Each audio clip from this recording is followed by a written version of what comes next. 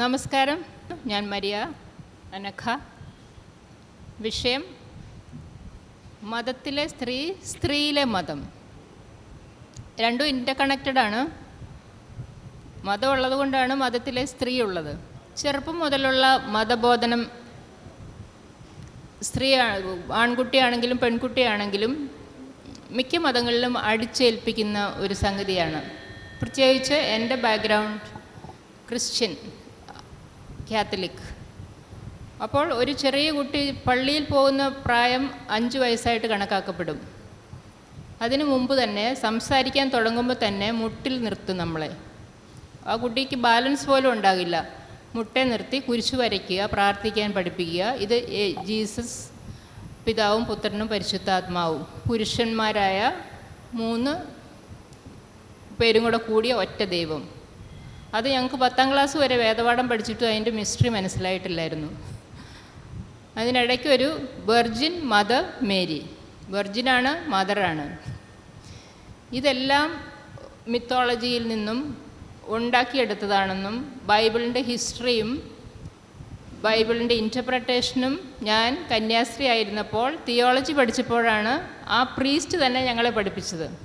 പക്ഷേ പള്ളി പഠിപ്പിക്കുമ്പോൾ അവർ ആ ഇൻ്റർപ്രട്ടേഷൻ കൊടുക്കാതെ ജസ്റ്റ് ലിറ്ററലി ബൈബിളും അതിൻ്റെ മിത്തോളജി, ആദം ആൻഡ് ഹൗവ, ആദിമ പേരൻസാണ്, അവരാണ് സൃഷ്ടിക്കപ്പെട്ടത്. അപ്പോൾ ക്രിയേഷനിസം ആണ് അവിടെ, അല്ലാതെ ഇവല്യൂഷൻ എന്നുള്ള വാക്ക് പോലും നമ്മൾ ആ സമയത്ത് കേട്ടിട്ടുണ്ടായിരുന്നില്ല.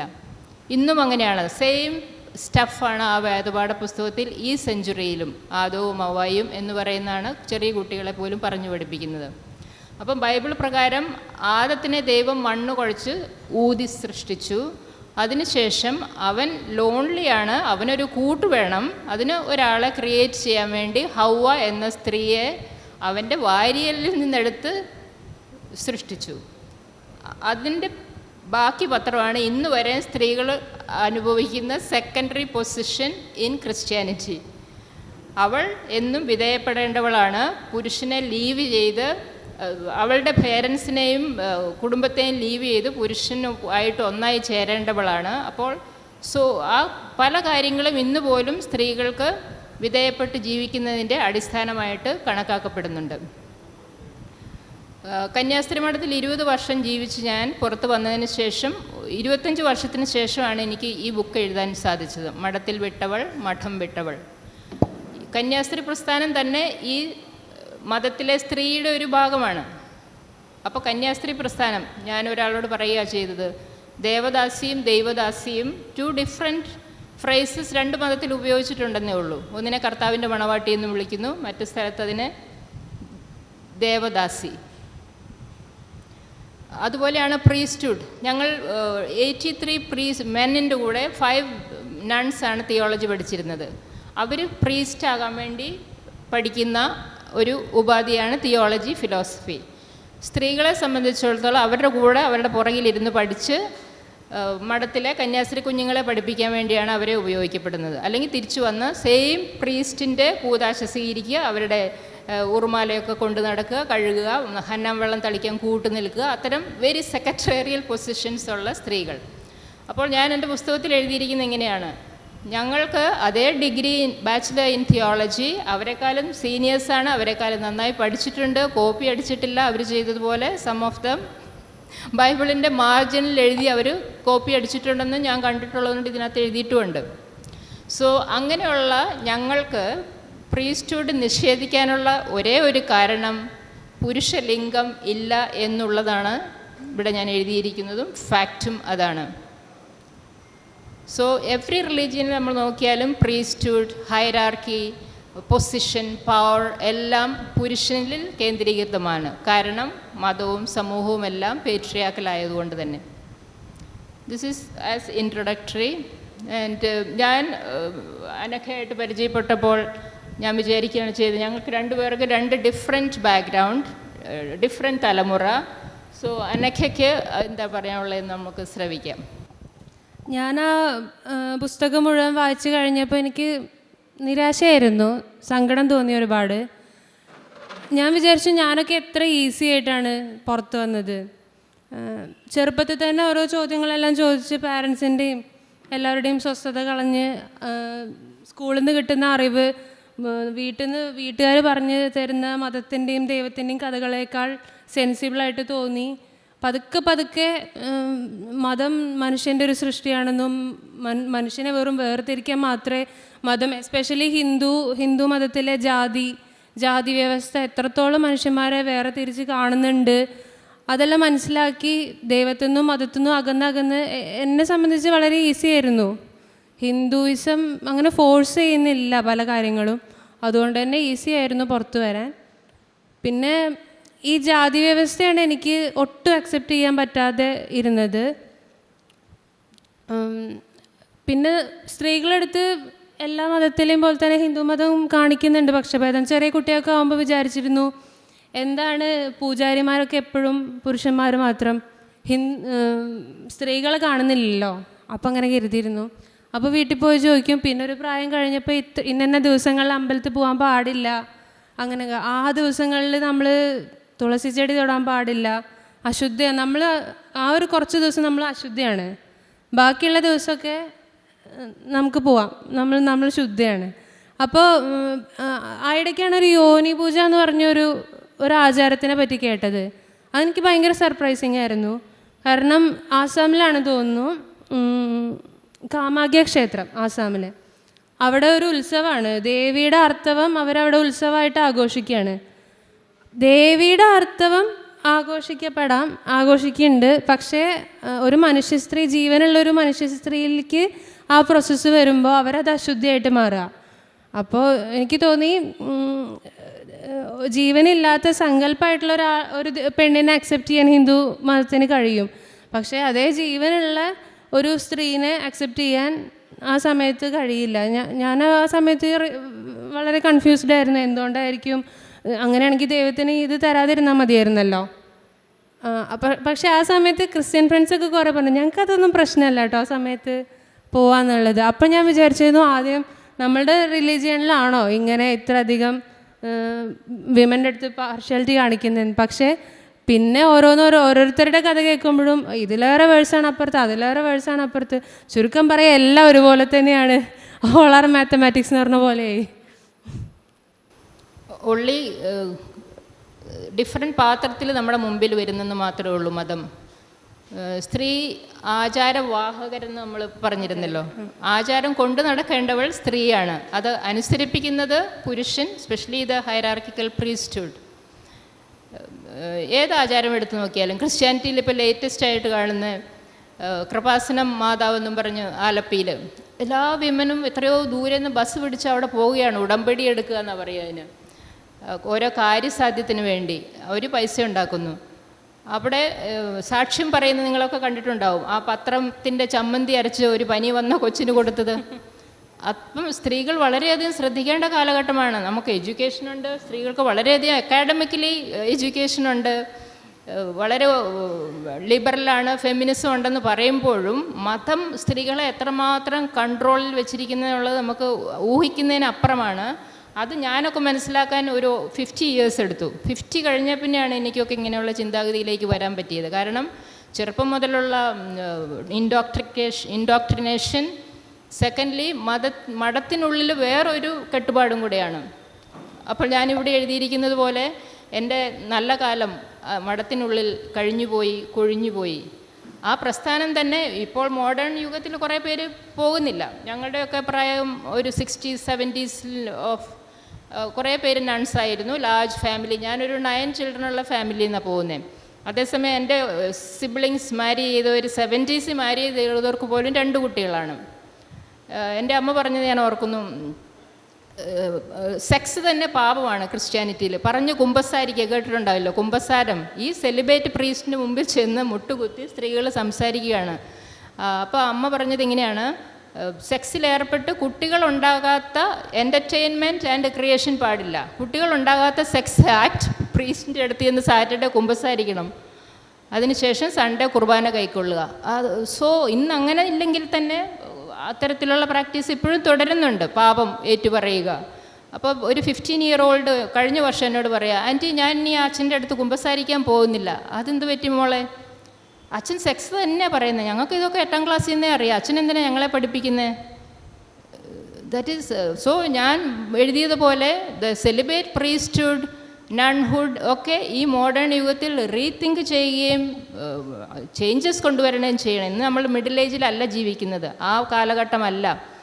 ഞാൻ 1978 പാസ്സായി വരുന്ന കുടിയേറ്റ മേഖല കണ്ണൂർ ആലക്കോടെന്ന്. ഞങ്ങൾ എല്ലാവരും അവിടെ കൂടിയിരുന്നു ഇപ്രാവശ്യം പൂർവ്വ വിദ്യാർത്ഥി സംഗമത്തിന്. ഒരു 70 പീപ്പിൾ അവിടെ വന്നു. അതിൽ 5 nuns 2 പ്രീസ്റ്റ് ഉണ്ടായിരുന്നു. വിട്ടുപോകുന്നത് ഞാൻ മാത്രമാണ്. ഗ്രൂപ്പ് ഉണ്ടാക്കിയാൽ തന്നെ ഇപ്പോൾ തന്നെ ഞാൻ എക്സ് ആണെന്ന് അറിഞ്ഞ അവർ പറയുകയാണ്, എക്സ് കന്യാസ്ത്രീയുള്ള ഗ്രൂപ്പിൽ നമുക്ക് അവരുടെ പുസ്തകത്തെക്കുറിച്ചോ അവരുടെ വാക്കുകളെക്കുറിച്ചോ പറയാൻ പാടില്ല. അപ്പോൾ എനിക്ക് അത്ഭുതം തോന്നിയത്, ഈ കാലഘട്ടത്തിലും അതേ ബാക്ക്ഗ്രൗണ്ട് എക്സ്പീരിയൻസ് ചെയ്ത് പോയവർക്ക് ഇത് ഇപ്പോഴും കൊണ്ടു നടക്കണമെങ്കിൽ നമ്മൾ മുന്നോട്ട് പോയിട്ടില്ല. അപ്പോൾ സ്ത്രീകൾ ഈ ആചാരം കൊണ്ടു നടക്കുകയും അതിനെ എത്രമാത്രം ഇൻറ്റേർണലൈസ് ചെയ്തു വെച്ചിരിക്കുന്നുണ്ടെന്ന് നമ്മൾ തന്നെ തിരിച്ചറിയണമെങ്കിൽ റാഷണലിസ്റ്റായിട്ടുള്ള ചിന്തകൾ വേണം, ഗഹനമായ പഠനം, സ്പെഷ്യലി ഈ സ്ക്രിപ്ചേഴ്സ് വായനയിൽ കൂടെയൊക്കെ നമ്മൾ മനസ്സിലാക്കുക. ഇതിൻ്റെ ബാക്ക്ഗ്രൗണ്ട് എന്തായിരുന്നു, ഈ ഗോഡ് സങ്കല്പങ്ങളൊക്കെ എങ്ങനെ ഉരുത്തിരിഞ്ഞു വന്നു, ഇതിൻ്റെ മിത്തോളജി എവിടെയാണെന്നൊക്കെ പഠിച്ച് ധൈര്യവും വേണം. ഫാമിലിയിൽ നിന്ന് ഞാൻ ഓസ്ട്രസൈസ്ഡാണ്, ചേർച്ചിൽ നിന്ന് അതെ, നമ്മളെ അത്ര ഉപദ്രവിക്കാൻ വരുന്നില്ലെങ്കിൽ തന്നെ ഇന്ന് പള്ളി പോകുന്നില്ലല്ലേ, ഇത് പള്ളി പോകാത്ത സൈസ്, കുമ്പസാരിക്കാത്ത സൈസ്. ആൻഡ് ഓഫ് കോഴ്സ് മഠം ചാടി ഒരു വിമന് മാത്രമാണ് അങ്ങനെ ഒരു ദുഷ്പേര് അല്ലെങ്കിൽ കൊണ്ടു നടക്കുന്ന ഒരു ഇൽ റെപ്യൂട്ടേഷൻ ഉള്ളത്. ഒരു പുരുഷൻ പ്രീസ്റ്റ്ഹുഡ് വന്ന് കഴിയുമ്പോൾ മഠം ചാടൻ അല്ലെങ്കിൽ സെമിനറി ചാടൻ എന്നുള്ള ഒരു ഫ്രേസ് പോലുമില്ല. ലൈക്ക് വേശ്യനില്ലല്ലോ, ഓർ വാട്ട് എവർ, പാപിനിയായ സ്ത്രീ, പാപൻ അവിടെ ഇല്ല. So everything is women oriented and specially designed. അത് ഇന്നത്തെ സ്ത്രീകൾ തിരിച്ചറിയുക എന്നുള്ളതാണ് ഇതിൽ നിന്ന് പുറത്ത് കടക്കാനുള്ള ഫസ്റ്റ് സ്റ്റെപ്പ്. ഭയമാണല്ലോ എല്ലാ മതത്തിൻ്റെയും അടിസ്ഥാനം. എൻ്റെ ഒരു എക്സ്പീരിയൻസ് വെച്ചിട്ട് അധികം ഭയപ്പെടുത്തിയിട്ടുള്ള സ്ത്രീകൾ തന്നെയാണ്. അതായത് ഇപ്പോൾ നമ്മുടെ സമൂഹത്തിൽ ഒരാണിനെ സംബന്ധിച്ച് യുക്തിവാദിയാവുക അല്ലെങ്കിൽ നിരീശ്വരവാദിയാണ് എന്ന് പറയുമ്പോൾ അത്രയ്ക്ക് അങ്ങ് പേടിക്കാനില്ല. ചിലപ്പോൾ അത് ബുദ്ധീൻ്റെ ലെവൽ വരെ വെച്ച് അളക്കാനും സാധ്യതയുണ്ട്. പക്ഷേ അതേ സ്ഥാനത്ത് ഒരു സ്ത്രീ യുക്തിവാദിയായി, ഒരു സ്ത്രീ നിരീശ്വരവാദം പറയുന്നു, അപ്പോൾ നേരെ അതിൻ്റെ കുറ്റം പോവുക അമ്മയ്ക്കാണ്. അമ്മ ശരിയല്ല, അല്ലെങ്കിൽ അമ്മ പറഞ്ഞു കൊടുത്തില്ല, അങ്ങനത്തെ. അതുകൊണ്ട് തന്നെ വീട്ടിലുള്ള സ്ത്രീകളായാലും എല്ലാവരും ഫോഴ്സ് ചെയ്യപ്പെടുകയാണ് ഈ ആചാരങ്ങൾ സംരക്ഷിക്കാൻ. പ്രൊട്ടക്റ്റ് ചെയ്യണം, ദൈവത്തിനെ പ്രൊട്ടക്റ്റ് ചെയ്യണം, മതത്തിനെ പ്രൊട്ടക്റ്റ് ചെയ്യണം. സ്ത്രീകളുടെ ഒരു ഡ്യൂട്ടി ആയിട്ട് മാറുകയാണത്. ഈ ഹിന്ദു മതത്തിൽ ഇതുണ്ടല്ലോ, മറ്റേ പറയാം, വ്രതം നോക്കുന്നത്, അതൊക്കെ അധികം സ്ത്രീകളെ ഞാൻ കണ്ടിട്ടുള്ളൂ. പുരുഷന്മാരങ്ങനെ നിർബന്ധമായിട്ട് വ്രതങ്ങൾ നോക്കുന്നത് കണ്ടിട്ടില്ല. അവർക്ക് വേണ്ടി പ്രത്യേകം ഫുഡ് ഉണ്ടായിരിക്കും വീട്ടിൽ. സ്ത്രീകളായിരിക്കും ഒരു നേരം ഭക്ഷണം കഴിക്കുക, അങ്ങനത്തെ ഇതൊക്കെ കൊണ്ടു നടക്കുക. ഇതിന് സൊല്യൂഷൻസ് ആണ് നമ്മളിനി പറയേണ്ടത്. ഫസ്റ്റ് ഓഫ് ഓൾ, ഇങ്ങനെ ഒരു പുരുഷ മേധാവിത്വം, സ്ത്രീകളുടെ മതത്തിലും സമൂഹത്തിലുമുള്ള അടിമത്തം തിരിച്ചറിയുക എന്നുള്ളതാണ്. എനിക്കത് സാധിച്ചത് ബിക്കോസ് ഓഫ് തിയോളജി പഠിച്ചതുകൊണ്ട് അത് കുറേ മനസ്സിലായി. 5 years എല്ലാ നൺസിനും അത് കൊടുക്കുന്നുമില്ല. അവർക്ക് ഈ പ്രീസ്റ്റിൽ നിന്ന് കിട്ടുന്ന വാക്കുകൾ മാത്രമാണ് from the pulpit and from അവരുടെ വൗസിനെ കുറിച്ചൊക്കെ പഠിപ്പിച്ചിങ്ങ് ഒരു അക്കാഡമിക് ക്വാളിഫിക്കേഷനൊക്കെ എടുത്ത് അതിനുള്ളിൽ അങ്ങനെ ഒരു ചട്ടക്കൂട്ടിൽ ജീവിക്കുകയാണ്. പ്രീസ്റ്റിനെ സംബന്ധിച്ചിടത്തോളം look at the priesthood or പൂജാരി, അവരുടെ ഫ്രീഡം ഒന്ന് വേറെ തന്നെയാണ്. ഒരു കാത്തലിക് പ്രീസ്റ്റിന് മഫ്റ്റിയിൽ വീട്ടിൽ വരാം, എല്ലാ ചടങ്ങിനും കൂടാം. നണ്ണിന് സിസ്റ്റർ ലൂസി കളപ്പുര ഒരു മറ്റ് ഡ്രസ്സിൽ ഇട്ടപ്പോൾ ആസ് എ നൺ അവരോട് പറഞ്ഞത് വ്യത്യസ്തമായിരുന്നു. ഞങ്ങളുടെ വീട്ടിൽ കസിൻസ് പ്രീസ്റ്റ് ഉണ്ട്, അവർ വരുന്നത് ഞാൻ കണ്ടിട്ടുണ്ട്. മാമുദീസ എൻ്റെ കല്യാണത്തിന് വന്ന് കെട്ടിച്ചും കൊടുക്കാം, and good share of the ഫുഡും കൊടുക്കും അവർക്ക്. അതേസമയം വീട്ടിലുള്ള സിസ്റ്റർ കന്യാസ്ത്രീക്ക് വരാൻ അനുവാദമില്ല. അവരെ ഞാൻ ദുഃഖപുത്രി എന്നാണ് ഇതിൽ വിളിച്ചിരിക്കുന്നത്. അവർക്ക് വരാവുന്ന മരണത്തിനും വെരി സാഡ് ഇവൻസിന് മാത്രം. ദാറ്റ് മീൻസ് നിങ്ങൾ അങ്ങനെ അങ്ങ് സന്തോഷിച്ച് ജീവിക്കേണ്ടവരല്ല. ആ സെക്കൻഡറി പൊസിഷൻ എന്നും കൊണ്ട് നടക്കുക. അതിന് പ്രീസ്റ്റ് വളരെയധികം ഉത്തരവാദിത്വം വഹിക്കുന്നുണ്ട്. ഇത് അടിച്ചേൽപ്പിച്ച് അവരെ ഓഡിയൻസ് വേണമെങ്കിൽ അവർക്ക് ഇന്ന് എല്ലാവരും പള്ളിയിൽ പോയിരിക്കുക. ലാസ്റ്റ് ടൈം എന്നോട് ഒരാൾ ചോദിച്ചിരുന്നു, നിങ്ങളിപ്പോൾ ഇങ്ങനെയൊക്കെ ആയതുകൊണ്ടല്ലേ ഈ സൺഡേ ഇവിടെ യുക്തിവാദി ഇതിലിരുന്ന് പ്രസംഗിക്കുന്നത്, അല്ല നിങ്ങൾ പള്ളിയിലിരിക്കേണ്ട ആളല്ലേ ഇപ്പോൾ എന്ന്. സോ അതുകൊണ്ടാണ് നമ്മളിവിടെ അധികം സ്ത്രീകളെ കാണാത്തത്. മിക്കവരും പ്ലേസ് ഓഫ് വേർഷിപ്പിലായിരിക്കും ഓൺ എ സൺഡേ. ഒരു പ്രീസ്റ്റ് ഫേമസ് ആണ്, നിങ്ങളും കണ്ടിട്ടുണ്ടാകാം കേട്ടിട്ടുണ്ടാകാം. ഹിസ് നെയിം ഈസ് ജോസഫ് പുത്തമ്പുരയ്ക്കലാണ്. അപ്പോൾ ഞാൻ അദ്ദേഹത്തിൻ്റെ യൂട്യൂബിലും അല്ലാതെയും കാണുന്നതും നിങ്ങളും കണ്ടിട്ടുണ്ടാകണം. ധ്യാന കേന്ദ്രങ്ങളിലെ ശുശ്രൂഷകളും പ്രസംഗങ്ങളും സ്ത്രീവിരുദ്ധതയിൽ ഒരു പിടി കൂടി മുന്നോട്ട് കുതിക്കുന്നു. ജോസഫ് പുത്തമ്പുരയ്ക്കൽ എന്ന പുരോഹിതൻ്റെ കുടുംബ നവീകരണ ധ്യാന പ്രസംഗങ്ങളുടെ പേരുകളാണ് ഞാൻ താഴെ വായിക്കാൻ പോകുന്നത്. താലിയില്ലാത്ത ഭാര്യയും ബോർഡ് വെക്കാത്ത ബസ്സും ഒരുപോലെയാണ്, ആരും കൈ കാണിക്കും. അത് നിങ്ങൾക്കൊരു വിരുദ്ധതയും തോന്നാറില്ലെങ്കിൽ, ഇപ്പം സ്ത്രീകളെ ആർക്കും കൈ കാണിക്കാവുന്ന അല്ലെങ്കിൽ താലിയുടെ ബലത്തിൽ അൺഇമാജിനബിൾ ഫോർ ടുഡേ ആ സ്പീച്ചസ് അതിലുണ്ട്. So I had the right to write it here. മറ്റൊരു പേരാണ് 30 പെണ്ണുങ്ങളും ഒരു പിടിയാനയും. നാരി നടിച്ചിടം നാരകം നട്ടിടം നാടിനും വീടിനും നന്നല്ല. ഉത്തമ ഭാര്യയുടെ 5 ഗുണങ്ങൾ. ഉത്തമ ഭർത്താവിൻ്റെ 10 ഗുണങ്ങൾ ഇവിടെ എഴുത്. യൂട്യൂബ് ചാനലുകളിൽ അദ്ദേഹത്തിനെ ആൾക്കാർ പുകഴ്ത്തുന്നത് ഇങ്ങനെയാണ്: ഹാസ്യ ആവിഷ്കാരത്തിലൂടെ മലയാള മനസ്സിൽ സ്ഥാനം പിടിച്ച ഫാദർ. വെറുതെ അല്ല മലയാളികളുടെ മനസ്സ് ഇത്ര കണ്ട് സ്ത്രീ വിദ്വേഷിയാകുന്നത്. അദ്ദേഹത്തിൻ്റെ ശ്രോതാക്കളായ ഭൂരിപക്ഷവും സ്ത്രീകളാണ്. ഇവർ ഈ ഹാസ്യങ്ങളുടെ പിന്നിലെ അപകടങ്ങൾ മനസ്സിലാക്കാതെയാണോ അവിടെ വായ കുത്തിച്ചിരിക്കുന്നത്? യേശുവിൻ്റെ പ്രതിപുരുഷനെന്ന് അവകാശപ്പെടുന്ന പുരോഹിതൻ്റെ ഇത്തരം പ്രസംഗങ്ങൾ സ്വീകാര്യമാകുന്നതെങ്ങനെ? ഞാൻ കേട്ട ഒരു പ്രസംഗം ഇങ്ങനെയായിരുന്നു: വെറും ഒരു പീറപ്പെണ്ണിൻ്റെ മുമ്പിൽ പത്രോസ് പതറി. അപ്പോൾ ഞാൻ അതിന് മറുപടിയായിട്ട് ഇവിടെ എഴുതിയിരിക്കുന്ന പീറച്ചക്കന്മാർ പുൾപിറ്റിൽ നിന്ന് ഇത്തരം പ്രസംഗങ്ങൾ തട്ടിവിടുമ്പോൾ ഈ മോഡേൺ യുഗത്തിലെങ്കിലും ശ്രദ്ധിക്കുമല്ലോ. So solution is liberation. Challenge ചെയ്യുവാൻ സ്ത്രീകൾ പഠിക്കുക, ചോദ്യം ചോദിക്കുക, ഫിയർലെസ് ആയിരിക്കുക എന്ന് മാത്രമാണ് എനിക്ക് പറയാനുള്ളത്. വായിക്കുക. ഹരാരിയെ ഞാൻ ഈയിടെ ശ്രദ്ധിച്ചത് ഇപ്പോൾ എനിക്ക് കിട്ടിയ യുവാക്കൾ ഒന്ന് ഉദ്ധരിക്കണമെന്നുണ്ട്. I have seen the future and it's feminine. ഞാൻ ഫ്യൂച്ചർ കണ്ടു കഴിഞ്ഞു. അത് ഫെമിനിനാണ്, സ്ത്രീത്വത്തിൻ്റേതാണ്, സ്ത്രീയുടേതാണ്. അവർ ഡെയർ ചെയ്യുക, ചലഞ്ച് ചെയ്യുക, ലിമിറ്റ്സ് ആൻഡ് കാറ്റഗറീസിൽ നമ്മളെ ഇപ്പോൾ ഒരു ബോക്സിൽ വെച്ചിരിക്കുന്നതിൽ നിന്ന് പുറത്ത് കിടക്കുക and redefine your own destiny എന്നാണ് എഴുതിയിരിക്കുന്നത്. So that's what we women dare.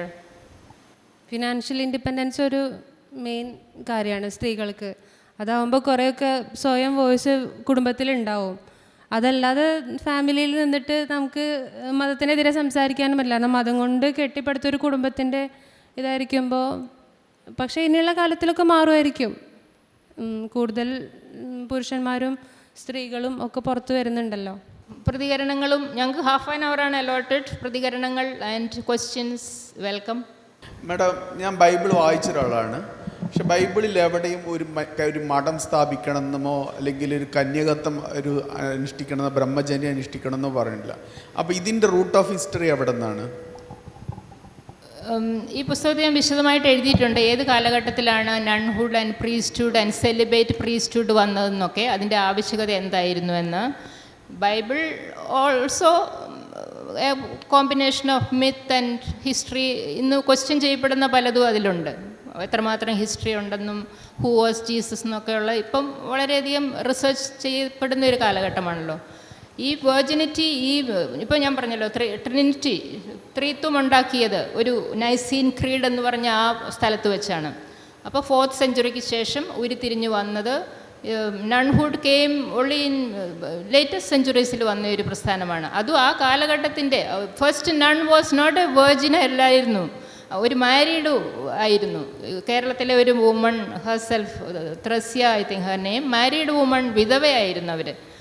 അപ്പോൾ ഈ ആദ്യ കാലഘട്ടങ്ങളിലെ പ്രീസ്റ്റ്ഹുഡ് ഒന്നും സെലിബ്രേറ്റ് ആയിരുന്നില്ല. ഉള്ളി ഇൻ 11th സെഞ്ച്വറിയാണ് സെലിബസി ഇമ്പോസ് ചെയ്യപ്പെട്ടത്. അതിൻ്റെ ഹിസ്റ്ററി ഉണ്ട്. സോ ഹിസ്റ്ററി പുറകോട്ട് നോക്കിയാൽ നമ്മൾക്ക് അറിയാവുന്നത് ഇത് ഒരു കാലഘട്ടത്തിൽ ഉയർന്നു വന്നതും. ഇന്നിപ്പം V are in 21st century. എന്തുകൊണ്ട് എൻ്റെ കുടുംബത്തിലെ പല തലമുറകൾ ജനിച്ചു ആഫ്റ്റർ 1978. എന്തുകൊണ്ട് അവരാരും മഠത്തിൽ ചേർത്തില്ല, ദൈവം വിളി നിർത്തിയോ എന്ന് ഞാൻ ചോദിച്ചിട്ടുണ്ട് ഇതിൽ. So it's all part of the history and how it evolves.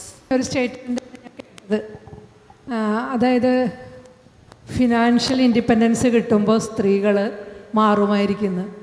നമ്മളൊന്ന് നോക്കിയേ, ഒരു ദേവാലയത്തിലും പാവപ്പെട്ട സ്ത്രീകളല്ല നിൽക്കുന്നത്. ഫിനാൻഷ്യലി ഇൻഡിപെൻഡൻ്റായി നല്ല ഇതായിട്ടുള്ള സ്ത്രീകളാണ് ദേവാലയങ്ങളിലേക്ക് പോയിക്കുന്നത്. അപ്പോൾ അത് കിട്ടി. നമ്മൾ ഓരോ സമയത്തും ഓരോ കാരണം പറയുമായിരുന്നു. അപ്പോൾ ഒക്കെ നമ്മൾ വിചാരിച്ച സ്ത്രീകൾക്ക് എഡ്യൂക്കേഷൻ ഇല്ല, തൊഴിലില്ല, അതുകൊണ്ടൊക്കെയാണെന്ന്. ഇതെല്ലാം ആയി കഴിഞ്ഞപ്പോഴും മതം അതിൻ്റെ പിടിമുറുക്കി. അപ്പോൾ എന്താണെന്ന് വെച്ചാൽ പാട്രിയാർക്കി എന്താണെങ്കിലും സ്ത്രീയെ വിട്ടു പിരിയില്ല. അത് സ്ത്രീകൾ സ്വയം തീരുമാനിക്കണം. അവർ തീരുമാനിക്കാൻ തയ്യാറല്ല. പോകുന്ന സ്ത്രീകളെ അവർ മോശമായിട്ട് ചിത്രീകരിച്ച് അവർ തന്നെ ചിത്രീകരിച്ച് അവരെയും കൂടി നമ്മുടെ വിലയിലേക്ക് വീഴ്ത്തുകയാണ് ചെയ്യുന്നത്. അപ്പോൾ എന്താ ഫ്യൂച്ചർ എന്ന ഒരാശങ്കയാണ് ഞാൻ നിങ്ങളോട് ചോദിക്കുന്നത്. അതൊരു ലൂപ്പായിട്ട് ഇങ്ങനെ കറങ്ങിക്കൊണ്ടിരിക്കുക. പക്ഷെ ആ ലൂപ്പ് ബ്രേക്ക് ചെയ്യാനല്ല ഓരോരുത്തരും ഡെലിബറേറ്റ്ലി ഇറങ്ങണം. അതായത് ഇപ്പോൾ വീട്ടിലാരെങ്കിലും ഇപ്പോൾ മക്കളെ വളർത്തുന്ന ഡ്യൂട്ടി എന്ന് പറയുന്നത് സ്ത്രീകൾ അങ്ങനെയാണല്ലോ. മക്കളെ മതമില്ലാണ്ട് വളർത്തുക, അത് തന്നെയാണ് ഒരു സൊല്യൂഷൻ. അതുപോലെ ഈ പാപഭാരം എന്ന് പറയുന്നത്, അല്ലെങ്കിൽ ഇതൊന്നും ഫോളോ ചെയ്തില്ലെങ്കിൽ അത് നമ്മളുടെ കുറ്റമാണ് എന്നുള്ള ആ ഒരു ഗിൽറ്റ് ഫീലിംഗ് ഇല്ലാണ്ടിരിക്കുക. നമ്മളുടെ കുറ്റമല്ല, അങ്ങനെ മാറണം. അല്ലാണ്ട് നമ്മൾ ആരെങ്കിലും വന്ന് ഇതൊക്കെ മാറ്റും എന്നുള്ളത് പ്രതീക്ഷിച്ചിരിക്കാൻ പറ്റില്ലല്ലോ. ലൂപ്പ് ഒരിക്കലും നമ്മൾ ബ്രേക്ക് ചെയ്യാനാണ് വേണം. നമ്മൾ തന്നെ സ്വയം ബ്രേക്ക് ചെയ്യുക, വേറെ വഴിയൊന്നുമില്ല. കുറ്റം പറയുന്ന സ്ത്രീകളാണ് പോയില്ല. ഇപ്പോൾ വൈകുന്നേരം ഞാനിപ്പം റെസ്റ്റിലാണ് വീട്ടിൽ. അപ്പോൾ സന്ധ്യാസമയമായാലും ഞാൻ പുറത്തിരിക്കുക, അല്ലെങ്കിൽ ചിലപ്പോൾ നടക്കാൻ പോകും. സന്ധ്യാസമയമാകുമ്പോൾ നടക്കാൻ പാടില്ല. സന്ധ്യാസമയം എന്താ വിളക്ക് വയ്ക്കുന്നില്ലേ? അപ്പോൾ വിളക്ക് വയ്ക്കാത്തൊരു പെൺകുട്ടിക്കാണ് ആ വീടിൻ്റെ ഒരു എന്താ പറയുക, വിളക്ക് വെച്ചില്ലെങ്കിൽ ആ വീട്ടിലേക്ക് വരുന്ന ദോഷം പെൺകുട്ടി കൊണ്ടുവരുന്ന ദോഷമാണ്. ദൈവത്തിനെ സ്തുതിക്കേണ്ട കാര്യം അതെല്ലാം പെൺകുട്ടികൾ ചെയ്യേണ്ടതാണ്. അപ്പം ശരിയാണ്, എത്ര പെൺകുട്ടികൾ പഠിച്ചതാണെങ്കിലും ഇപ്പോൾ സയൻറ്റിസ്റ്റുകളായിട്ടുള്ള ആൾക്കാരില്ലേ മതം ഫോളോ ചെയ്യുന്നവർ. അപ്പോൾ അത് നമ്മൾ തന്നെ ബ്രേക്ക് ചെയ്യുക ചെയ്യേണ്ടത്. തിരിച്ച് ചോദ്യങ്ങൾ ചോദിക്കുക. അത് തൻ്റെടിയാവും, ധിക്കാരിയാവും, അഹങ്കാരി എന്നൊക്കെ പേര് വരും. വന്നോട്ടെ, അങ്ങനെ തന്നെ പോകണം. നമസ്കാരം. എനിക്കൊരു പ്രതികരണമാണ് പറയാനുള്ളത്. അനഘ പറഞ്ഞ വളരെ ഒരു വാലിഡ് പോയിൻ്റാണ്. കാരണം എനിക്ക് തോന്നിയിട്ടുള്ളത്, ഇപ്പം നമ്മുടെ കുടുംബത്തിൽ ഈ ഫിനാൻഷ്യലി ഇൻഡിപെൻഡൻ്റ് ആയിട്ടുള്ള സ്ത്രീകൾ ആക്ച്വലി മതം വിടാൻ ആഗ്രഹിക്കുന്നവരാണ്, അല്ലെങ്കിൽ മതത്തിൻ്റെ വലിയ ചടങ്ങുകളിലൊന്നും ഇപ്പോൾ വലുതായിട്ട് പങ്കെടുക്കാത്ത ആൾക്കാരുമാണ്. പക്ഷേ അവർക്ക് സംഭവിക്കുന്ന ഒരു കാര്യം എന്ന് വെച്ചാൽ, ഈ കുട്ടികളെ വളർത്തുമ്പോൾ ഇപ്പോഴത്തെ കുട്ടികൾ, അല്ലെങ്കിൽ ഇപ്പോഴത്തെ കുട്ടികളാകുമ്പോഴത്തേക്കും അതൊരു ഉത്തരവാദിത്തമാണ്. അത് ഒരു എനർജിയും എഫേർട്ടും ടൈമും വേണ്ട ഒരു സംഗതിയാണ്. നമ്മുടെയൊക്കെ ഒരു കുട്ടിക്കാലത്തെന്ന് പറയുമ്പോഴത്തേക്കും ഗ്രാൻഡ് പാരൻസിന് ഏൽപ്പിക്കുന്നൊരു സംഗതി ഉണ്ടായിരുന്നു, വർക്കിംഗ് പാരൻസ് ആണെന്നുണ്ടെങ്കിൽ. ആ ഒരു ഇൻഫ്ലുവൻസിൽ അവർ എന്തായാലും പഴയ ഒരു മതത്തിൻ്റെ ഇൻസ്റ്റിറ്റ്യൂഷനിൽ പെട്ടുപോയ ആൾക്കാരാണ്. ആ ഇൻഫ്ലുവൻസിൽ മതം അടിച്ചേൽപ്പിക്കപ്പെട്ടു. ഇപ്പോഴത്തെ ജനറേഷന് സംഭവിക്കുന്ന ഒരു കാര്യം ഞാൻ ഒബ്സർവ് ചെയ്യുന്നത്, എൻ്റെ പിയർ ഗ്രൂപ്പിലുള്ള പാരൻസിൽ ഞാൻ ഒബ്സർവ് ചെയ്യുന്ന കാര്യം എന്ന് വെച്ചാൽ, അവർക്ക് മതത്തിൽ ഇൻവോൾവ് ചെയ്യാൻ വലിയ താല്പര്യമില്ല. പക്ഷേ കുട്ടികളെ വളർത്തുന്ന ആ ഒരു എഫേർട്ടും ടൈമും കൊടുക്കാൻ പറ്റാത്തതിന് ഒരു സബ്സ്റ്റിറ്റ്യൂഷൻ അല്ലെങ്കിൽ കോമ്പൻസേറ്റ് ചെയ്യാൻ വേണ്ടിയിട്ട് മതത്തിനെ കൂട്ടുപിടിക്കുന്നതായിട്ട് കണ്ടിട്ടുണ്ട്. കാരണം ചിലപ്പം കുട്ടികൾ വികൃതിയായിരിക്കാം, അവരെ ഒരു ഗൈഡ് ചെയ്ത് കൊണ്ടുവരാൻ തങ്ങൾക്ക് പറ്റാത്ത ഡ്യൂട്ടി ഇപ്പം ഗ്രാൻഡ് പാരൻസിനെയും ആക്ച്വലി ഡിപ്പെൻഡ് ചെയ്യുന്നില്ല. ഗ്രാൻഡ് പാരൻസ് ഇല്ല, മീൻസ് എന്താ പറയുന്നത്, ഈ ഒരു ടേം പറയുമല്ലോ, മോണോ ഫാമിലീസ് അല്ലേ? ഓക്കെ, അണുകുടുംബങ്ങളാകുമ്പോൾ അവർ പലപ്പോഴും ഈ സൺഡേ ക്ലാസ്സസിലാണെങ്കിലും അതുപോലെ തന്നെ ശാഖയുടെ പരിപാടികളാണെങ്കിലും അവിടെ കുട്ടികളെ കൊണ്ടുവിട്ടാൽ some divine power will guide them in to നല്ല ബിഹേവിയർ എന്ന് പറയുന്ന ഒരു സംഗതിയിലാണെന്ന് എനിക്ക് തോന്നിയിട്ടുണ്ട്. അത് ultimately it will lead to ഒരു നമ്മൾ വിചാരിക്കുന്നതിന് നേരെ വിപരീതമായിട്ടുള്ളൊരു സിറ്റുവേഷനിലേക്ക് എത്തിപ്പെടാം. കാരണം എനിക്കറിയാം, ഞാനിപ്പം കുട്ടിയെ വളർത്തുമ്പോൾ നമുക്ക് എന്തോരം എനർജിയും എഫേർട്ടും ചിലവാകുന്നുണ്ട്. Because we are not dependent on grandparents, we are not dependent on any other religious institutions. വലിയ ബുദ്ധിമുട്ടാണ്, വലിയ ചില സമയം സ്ട്രെസ്ഫുള്ളാണ്. പക്ഷെ അതെടുക്കാൻ പറ്റാത്ത ആൾക്കാരാണ് ഇങ്ങനെ ഡിപ്പെൻഡ് ചെയ്യുന്നതായിട്ട് ഞാൻ ഒബ്സർവ് ചെയ്തിട്ടുണ്ട്. Okay, just respond A few words and stop. ഈ മതങ്ങൾ സ്വയം ഏറ്റെടുത്തതാണ് വിക്ടോറിയൻ ഇറ മുതൽ മൊറാലിറ്റി. അല്ലെങ്കിൽ ക്രിസ്ത്യാനികളെ വേദപാഠം പഠിപ്പിക്കുമായിരുന്നു 1 hour ഇൻ ദ സ്കൂൾ, അവരുടെ സ്കൂളുകളിൽ. ആ സമയത്ത് നോൺ ക്രിസ്ത്യൻസിന് മോറൽ സയൻസ്. സോ മൊറാലിറ്റി ഒക്കെ ഇവരുടെ ഒരു ഉത്തരവാദിത്വമായിട്ട് സ്വയം ഏറ്റെടുത്ത് നമ്മളെ അങ്ങ് തരുവാണ് പൊതിഞ്ഞ്. അങ്ങനെ നോക്കിയാൽ മത ഇൻസ്റ്റിറ്റ്യൂഷനിൽ നിന്നും അല്ലാതെയും പഠിച്ചിറങ്ങിയ കുട്ടികളുടെ ക്വാളിറ്റി എനി ഡിഫറെൻ്റ് ആണോ? നിങ്ങളൊന്ന് ഒബ്സർവ് ചെയ്ത് നോക്കൂ. നമ്മൾക്ക് വേണ്ടത് ഒരു ഡിഫറെൻറ്റ് മൊറാലിറ്റിയോ പാപം ബോധമോ കുറ്റബോധമോ കൺഫെഷനോ ഏറ്റുപറച്ചിലോ അല്ല. Just depend on the law of the land and constitution of the country. ഈ പാരൻസ് കുട്ടികളുടെ വികൃതി മാറ്റാൻ വേണ്ടി ഞായറാഴ്ച സൺഡേ ക്ലാസ്സിന് കൊണ്ട് വിടുന്നതിനേക്കാളും നല്ലത് വേറെ എന്തെല്ലാം ഓപ്ഷൻസ് ഉണ്ട്. സൺഡേ വേറെ എന്തൊക്കെ പഠിക്കാം. എനിക്ക് തോന്നുന്നത് മതം വിട്ട പാരൻസ് അങ്ങനെ ചെയ്യാൻ സാധ്യത കുറവാണ്. കാരണം അങ്ങനെയുള്ളവർക്ക് അവിടുത്തെ അപകടം അറിയാലോ. അങ്ങനെയുള്ളവർക്ക് കരാട്ടെ ക്ലാസ്സിന് വിടാം, പാട്ട് ക്ലാസ്സിന് വിടാം, അങ്ങനെ എന്തൊക്കെ ചെയ്യാം. ഇത് മതത്തിൻ്റെ ക്ലാസ്സിലേക്ക് കൊണ്ടുപോയിട്ട് നമ്മൾ അറിഞ്ഞും കൊണ്ട്, മറ്റത് അറിയാണ്ട് പോകാന്നിരുന്നു, നമ്മൾ അറിഞ്ഞും കൊണ്ട് ചെയ്യാൻ എന്ന് പറഞ്ഞു കഴിഞ്ഞത്. What is the use of moral science? Just obey the law of the land. Either you are punished in the jail or you walk free. Yes, that is it.